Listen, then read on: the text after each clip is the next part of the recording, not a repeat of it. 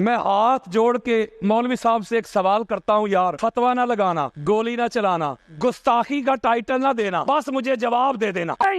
حضرت ابوبکر صدیق نے وہاں کہا کہ مجھے دفن کرو، کس حق سے؟ حضرت عمر بن خطاب وہاں دفن ہوئے، ان کے باپ کی وراثت تھی، کس حق سے؟ بلکہ اہل سنت کی کتابیں بڑی پڑی ہیں۔ امت مسلمہ میں جو سب سے بڑا ڈسپیوٹ ہے، جو سب سے بڑا تنازع ہے، جو سب سے بڑا اختلاف ہے، وہ فدق ہے۔ تو اب جو اہل سنت علماء وہ کہتے ہیں معاذ اللہ کہ جو فدق میں حضرت ابوبکر صدیق کا فیصلہ وہ حق ہے، وہ سچ ہے۔ اچھا، میں ان ملا حضرات سے پوچھتا ہوں جو کہتے ہیں کہ فدق کے پوائنٹ آف ویو سے حضرت ابوبکر صدیق کا فیصلہ حق ہے، تو جو یہ کہتے ہیں وہ پاک سیدہ کی گستاخی اور بے ادبی تو نہیں نہ کرتے؟ اگر ان سے پوچھے تو وہ کہتے ہیں کوئی گستاخی نہیں۔ جو کہتے ہیں کہ حضرت ابوبکر صدیق کا جو فیصلہ تھا وہ درست تھا، حق تھا، سچ تھا، ساتھ کہتے ہیں کہ پاک سیدہ کی کوئی گستاخی نہیں۔ اگر یاسین قادری کہے کہ فدق کا معاملے میں پاک سیدہ حق پر تھی تو کہتے ہیں ابوبکر کی گستاخی ہو گئی۔ مولوی صاحب کہتے ہیں کہ ابوبکر صدیق کا فیصلہ حق ہے، انہوں نے حدیث پڑھی لا نورث ما ترکنا صدقۃ، انہوں نے حدیث پڑھی، ٹھیک کہا انہوں نے، کہتے کوئی پاک سیدہ کی بے ادبی نہیں۔ میں کہوں کہ پاک سیدہ حق پر تھی تو کہتے تو نے گستاخی کر دی۔ یارو یہ درنگی تو نہیں نہ ہونی چاہیے، پرکھنے کا معیار تو ایک ہونا چاہیے نا۔ اس کا مطلب ہے کہ صحابہ کے لیے تیرا پیمانہ اور ہے، اہل بیت کے لیے تیرا پیمانہ اور ہے۔ ہماری بخاری میں اور مسلم میں مسند احمد بن حنبل نے پوری سیاستہ میں یہ احادیث کثرت کے ساتھ آئی ہیں۔ اور اگلی بات سنیں، جو حضرت ابوبکر صدیق کا دفاع کرتے ہیں اس معاملے میں، کوئی ایک بندہ آپ کو ایسا نہیں ملے گا جس نے اس حدیث کی سند پہ گفتگو کی ہو۔ سند اتنی تگڑی ہے، سند میں ہستیاں تو دیکھو۔ اس فدق والی جو روایت ہے اس کو روایت کرتی ہیں ام المومنین حضرت اما عائشہ صدیقہ۔ اب کہو ضعیف، وہ جو ہے ہی صدیقہ یار، وہ روایت کر رہی ہیں، عبداللہ بن زبیر روایت کر رہے ہیں، ابن شہاب زہری روایت کر رہے ہیں۔ ایک بندہ بھی سند میں ایسا نہیں جس کے بارے میں کوئی مائی کا لال جرا کر سکے۔ ہماری صحیح بخاری میں یہ روایت موجود ہے کہ جب پاک سیدہ، دو روایات ہیں، سرکار عباس بن عبد المطلب کے ساتھ خلیفہ اول کے دربار میں حاضر ہوئی اور مطالبہ کیا فدق کا۔ بڑی خاص بات دینے لگا ہوں، جب انہوں نے مطالبہ کیا آگے سے حضرت ابوبکر نے کہا کہ حضور نے فرمایا تھا لا نورث ما ترکنا صدقۃ، ہمارے انبیاء کا کوئی ورثہ نہیں، ہمارا کوئی وارث نہیں، نہ ہم کسی کے ہیں۔ تو لہٰذا یہ روایت آگے انہوں نے پڑھی، یہ ہے خبر واحد، یعنی حضور علیہ الصلوۃ والسلام حضرت ابوبکر صدیق کے کان میں تو نہیں نہ کہہ گئے تھے کہ انبیاء کا کوئی وارث نہیں ہوتا، یعنی انہوں نے یہ آگے سے جب حدیث پڑھی تو پاک سیدہ نے قرآن مجید فرقان حمید سے متعدد آیات پڑھی، تو یار انبیاء کی وراثت پہ۔ حضرت زکریا علیہ السلام نے جب اللہ کی بارگاہ میں دعا کی یحییٰ کے لیے تو انہوں نے ایک جملہ کہا ہے انی خفت الموالیہ، مجھے اپنے رشتہ داروں سے خوف ہے، انی خفت الموالیہ، مجھے اپنے رشتہ داروں سے کیا ہے؟ خوف ہے، خطرہ ہے کہ میرے بعد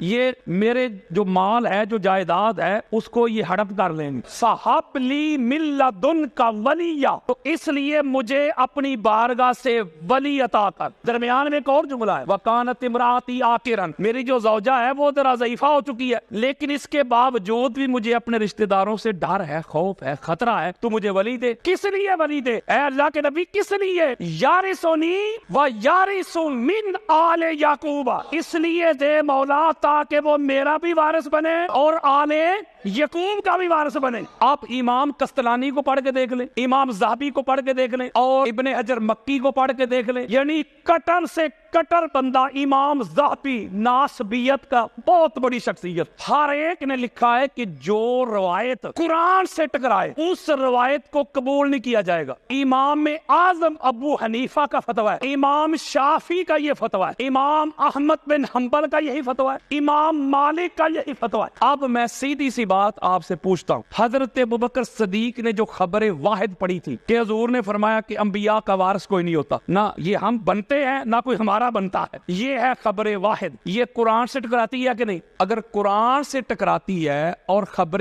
واحد بھی ہے تو پھر مجھے بتائیں قرآن کو پکڑنا چاہیے کہ خبر واحد کو؟ قرآن کو۔ اور ہمارے اہل سنت کے سارے ائمہ کا یہی اجماع ہے اس بات پہ۔ تو پتہ چلا کہ جب پاک سیدہ نے جا کے مطالبہ کیا تو آگے سے یہ حدیث آئی، آگے سے حضرت ام ایمن پتہ کون ہے رضی اللہ تعالی عنہ، یہ وہ بی بی ہے جو حضور علیہ الصلوۃ والسلام کو اپنے باپ کی وراثت میں ملی تھی۔ یا رسول اللہ، آپ کو تو آپ کے بابا جان کی وراثت ملی ہے۔ چلو جی ایک اور نقطہ دیتا ہوں جو اسی پہ بضد ہو جائے، نہیں ہوتا ہی نہیں وارث انبیاء کا، اگر اکلوتی اولاد ہو نا تو اس کا ہاف بنتا ہے، حصہ ہاف آدھا، اور بیوی کا بنتا ہے 1/8۔ جب حضور علیہ السلام کا وصال ہوا ہے تو پیچھے آقا علیہ السلام کی واحد ایک ہی اولاد تھی، پاک سیدہ یار، حضور علیہ السلام کے بیٹوں کا بھی وصال ہو چکا تھا، چلو جو 4 منتے پہلی 3 بیٹیوں کا بھی وصال ہو چکا تھا، اکلوتی واحد، ٹھیک ہو، یعنی اس کا کل ترکے میں سے بنتا ہے ہاف، بیویوں کا بنتا ہے 1/8۔ میں ہاتھ جوڑ کے مولوی صاحب سے ایک سوال کرتا ہوں یار، فتویٰ نہ لگانا، گولی نہ چلانا، گستاخی کا ٹائٹل نہ دینا، بس مجھے جواب دے دینا۔ آپ کہتے ہیں کہ حضرت ابوبکر صدیق نے کہا کہ انبیاء کی وراثت نہیں ہوتی، اس لیے جب حضور کی وراثت ہے ہی نہیں تو حضور علیہ السلام کا جو چھوڑا ہوا ترکہ ہے اس میں سے بی بی آپ کو کچھ نہیں ملے گا۔ بخاری میں لفظ ہے ایک چیز نہیں ملے گی، ایک شے نہیں ملے گی۔ میں ہاتھ جوڑ کے پوچھتا ہوں، کسی کے بڑے قبروں سے بھی نکل کے آ جائیں گے، کوئی مائی کا لال میری بات کو رد نہیں کر سکے گا۔ بیٹی جو ساری ترکے کی وارثہ تھی اس کو تو کچھ نہیں ملا، اور بیویاں جو 1/8 کی حصہ دار تھی۔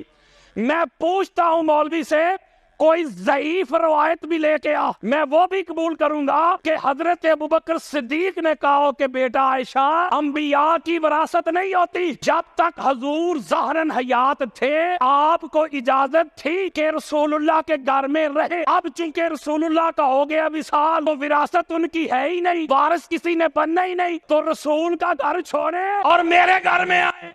آپ استلانی کو پڑھ کے دیکھ لیں، الاستیاب کو پڑھ کے دیکھ لیں، عزد الغابہ کو پڑھ کے دیکھ لیں، امات الدین ابن کثیر کی البدایہ و نہایہ پڑھ کے دیکھ لیں، تاریخ طبری پڑھ کے دیکھ لیں، ابن خلدون کو پڑھ کے دیکھ لیں، ابن حشام کو پڑھ کے دیکھ لیں، بخاری سے لے کے ترمذی تک، ترمذی سے لے کے حاکم تک، کوئی چیلنج کاروں کتاب لے کے آ جائے میرے سامنے۔ ام المومنین حضرت عائشہ صدیقہ ساری زندگی جس گھر میں رہی ہیں وہ ابوبکر کا گھر نہیں تھا، وہ پاک محمد کا گھر تھا، بلکہ یہ بھی روایات میں آتا ہے کہ ایک وقت ایسا آیا کہ بی بی کا ہاتھ ذرا تنگ تھا، پیسوں کی ضرورت پڑ گئی یار، اور سنیت بتا رہا ہوں یار، انہوں نے گھر کا کچھ تھوڑا سا حصہ فروخت بھی کیا تھا۔ اور اگلی بات سن لیں، اگلی سنیں، یہ وہی گھر تھا ماں بین بیتی و منبری روضۃ من ریاض الجنہ، مصطفیٰ کا گھر تھا نا، حضور کا گھر، حضور کے وصال کے بعد رہی۔ میں پوچھتا ہوں مولوی کس حق سے رہی؟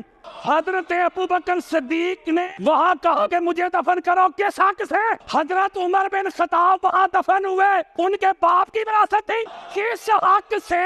بلکہ اہل سنت کی کتابیں بڑی پڑی ہیں۔ جب مولا حسن علیہ السلام کا ان کی شہادت ہوئی، ان کی جب تدفین ہونے لگی تو حضور علیہ السلام کے ساتھ کرنا چاہتے تھے مولا حسین بادشاہ ترکار، اور ام المومنین حضرت عائشہ صدیقہ سے پوچھا گیا جا، انہوں نے کہا نہیں، یہ جگہ میں نے اپنے لیے رکھی ہوئی ہے، بڑی خاص بات ہے، بچوں سے کتاب نہیں، یہ جگہ میرے اپنے لیے، میں اجازت ہی نہیں دوں گی۔ ان کو دفن نہیں ہونے دیا، بلکہ مروان بن حکم لعنتی نے اپنے پورے ساتھیوں سمیت مولا حسن بادشاہ سرکار کے جنازے پہ تیروں کا می برسایا۔ یارو جن کا حق ہی نہیں بنتا، نبی کی وراثت ہی نہیں ہوتی، تو یہ کیسے بن گئے؟ جب نبی کی وراثت تقسیم نہیں ہوتی، ذرا عدل کے ساتھ فیصلہ کیجئے گا۔ جو آگے الفاظ ہے نا بخاری میں، مسلم میں، جب بی بی نے دلائل دیے، جب بات قبول نہ کی گئی تو پھر الفاظ آگے بخاری میں، مسلم میں، مسند احمد بن حنبل، فہاجرت فغاضب، کہ پاک سیدہ پھر غضبناک ہو گئی، ناراض ہو گئی، خفا ہو گئی، طلق توڑ لیا، لا تکلمہ حتی ماتت، یہاں تک جب تک پاک سیدہ ظاہراً حیات رہی حضرت ابوبکر سے کلام بھی نہیں کیا، اور رات کے اندھیرے میں وصیت کی مولا علی علیہ السلام کو۔ بخاری پڑھ رہا ہوں یار، کہ رات کی تاریکی میں پاک سیدہ کی نماز جنازہ مولا علی علیہ السلام نے پڑھائی۔ ایک روایت میں پیچھے 7 لوگ تھے، ایک میں 6 لوگ تھے، ایک میں 8 لوگ تھے، ایک میں 11 لوگ تھے، اور حضرت ابوبکر اور حضرت عمر کو خبر تک نہ دی۔ گستاخی نہیں کر رہا کسی کی یار، روایت پڑھ کے دے رہا ہوں یار، کسی کو اگر میری بات پہ اختلاف ہو تو یہ میرے موبائل میں پڑھی ہے ساری حدیثیں ابھی دیتا ہوں جو ہماری کتابوں میں لکھا ہوا وہ بتا رہا ہوں. اس میں لکھا ہوا ہے کہ پاک سیدہ ناراض ہو گئی, غضبناک ہو گئی. اور اسی بخاری میں یہ بھی حضور علیہ السلام کا فرمان ہے نا, قال رسول اللہ فاطمہ تو بدعت منی فمن اغضبها اغضبنی, فاطمہ میرا ٹکڑا ہے, جس نے فاطمہ کو ناراض کیا اس نے مجھے ناراض کیا. اور ایک اور روایت جس کو امام حاکم المستدرک میں لے کے آئے, امام احمد بن حنبل نے بھی لیا, آقا علیہ الصلوۃ والسلام نے فرمایا کہ ان اللہ یغضب لغضبک ویرضا لرضاک, اے بیٹی فاطمہ جس سے تو ناراض ہوتی ہے, جس سے تو غضبناک ہوتی ہے اس سے اللہ ناراض ہوتا ہے, اور جس سے تو راضی ہوتی ہے اس سے اللہ راضی ہوگا. جس سے اللہ راضی ہو وہ کون ہوتا ہے؟ رضی اللہ. فرض کریں مجھ سے اللہ راضی ہے, میں رضی اللہ ہوں, بھائی سے اللہ راضی ہے, یہ رضی اللہ ہے. کس کو رضی اللہ کہنا ہے؟ تو رضی اللہ کہنے سے پہلے, لکھنے سے پہلے پڑھ مار لیا کر. اگر تو اس رضی اللہ پہ بطول راضی ہے تو وہ رضی اللہ ہے, اگر بطول راضی نہیں تو رضی اللہ نہیں. لعنت اللہ. میں کسی رضی اللہ کا نام ہی نہیں لے رہا, وہ شریعت دے رہا ہوں. حضور نے فرمایا جس سے فاطمہ راضی ہو میں راضی, جس سے فاطمہ ناراض میں ناراض. اور آگے کہا کہ کچھ لوگ ایسے بھی ہوں گے جو توحید کی بات کریں گے. وہ اللہ کافی والوں, اللہ کافی والوں کو حضور نے کہا پھر سنو اللہ بھی اس سے راضی ہے جس سے بطول راضی. یہ چونکہ روایات ہماری کتابوں میں ہے نا, اہل سنت میں کہا جاتا ہے کہ قرآن کے بعد بخاری ہے. بڑے سے بڑا کٹر ناسبی بھی نا اس پر ذرا ہی نہیں کرتا. اب انہوں نے سوچا ہے حالانکہ کریے, ہماری کتابوں میں لکھا ہے کہ پاک سیدہ کی ناراضگی تو اللہ کی ہو جاتی. بندہ تے گیا, نمازیں روزے بھی گئے. اب انہوں نے کیا پتا کہ کیا کہا. میں ایک مولوی صاحب کی تقریر سن رہا تھا, نام نہیں لے رہا, وہ کہہ رہے تھے بھائی شیعہ لوگ, حالانکہ کہ بخاری رہ کہتا ہے شیعہ لوگ, اس کا مطلب بخاری بھی پھر شیعہ ہی ہوا نا. وہ کہتے ہیں شیعہ لوگ کہتے ہیں کہ فتح کے معاملہ میں حضرت ابوبکر صدیق نے پاک سیدہ کو ناراض کر دیا, تو حضور نے فرمایا تھا جس نے پاک سیدہ کو ناراض کیا اس نے محمد کو کر دیا. اگر یہی بات مان لی جائے تو پاک سیدہ کو تو مولا علی نے بھی ناراض کیا. اب وہ دلیل کیا دے رہا ہے, وہ ذرا توجہ کے ساتھ سنیے گا. روایت یہ پیش کر رہا ہے کہ جب ابو جہل نے, ابن حشام نے مولا علی علیہ السلام کی بارگاہ میں ایک خواہش کا اظہار کیا کہ میں اپنی بیٹی کی شادی آپ سے کروانا چاہتا ہوں, ذرا توجہ میری طرف رکھنی ہے آپ نے. وہ کہتے ہیں کہ جب مولا علی, مولوی صاحب کہتے ہیں مولا علی دوسری شادی کرنا چاہتے تھے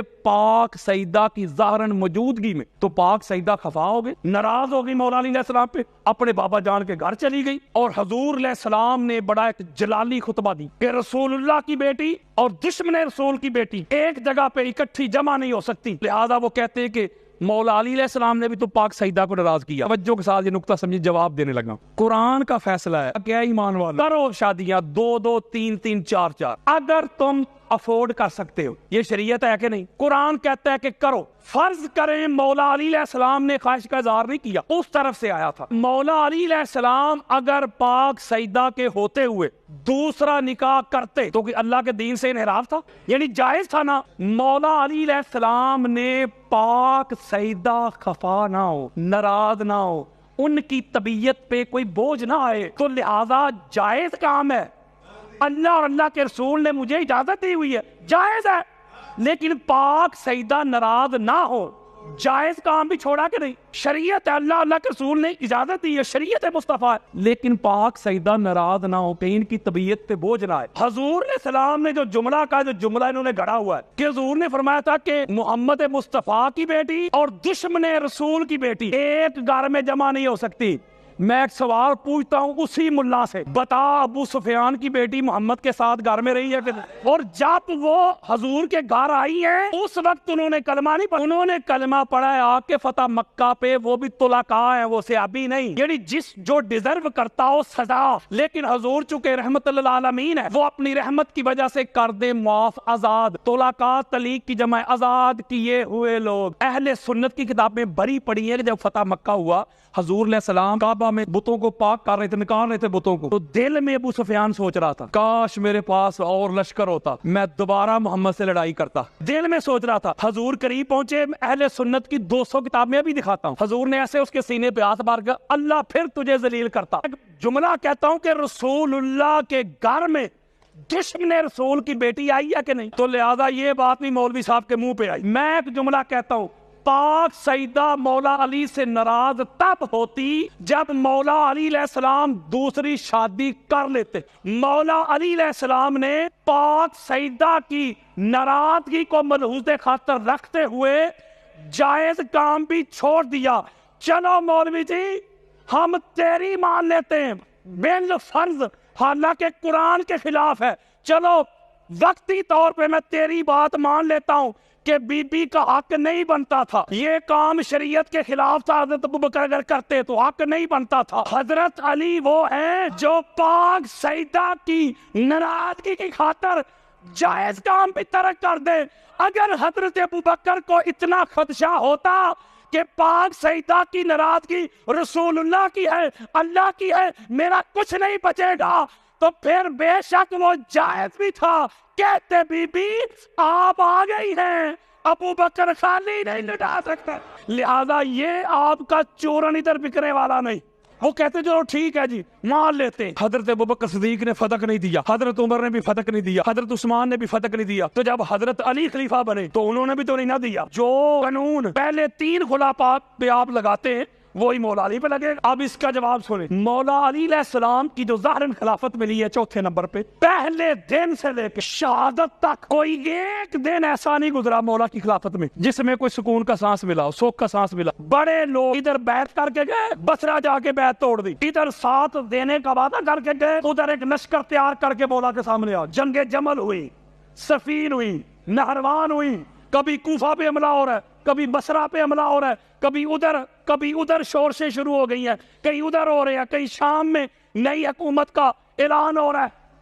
مجھے بتائیں ایسے حالات مولا علی علیہ السلام اگر یہ فیصلہ کرتے تو آج مولوی نے یہ کہنا لو جی خود سخی تھے اتنے بڑے، آتے ہی پہلے اپنا صدق لے لیا۔ مسئلہ کھجوروں کا نہیں تھا، مسئلہ عزت ناموس مصطفیٰ کا تھا۔